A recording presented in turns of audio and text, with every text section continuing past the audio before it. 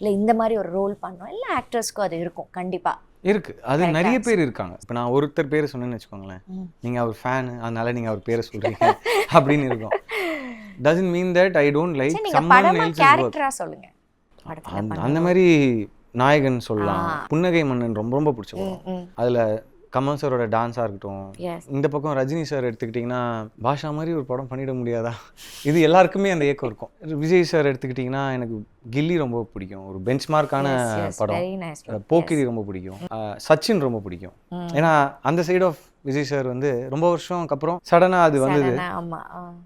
ஒரு குஷியில் பார்த்த ஒரு விஜய் சார் மாதிரி இங்கே ஃபீல் ஆச்சு. அஜித் சார் பார்த்தீங்கன்னா பில்லா, ஸ்டைலிஷ், சாமிங். அப்படியே இங்கே கட் பண்ணால் வீரமில் அந்த ஒயிட் தாடி, ஒரு வெள்ளை சட்டை வெள்ளை வேஷ்டி கட்டிட்டு.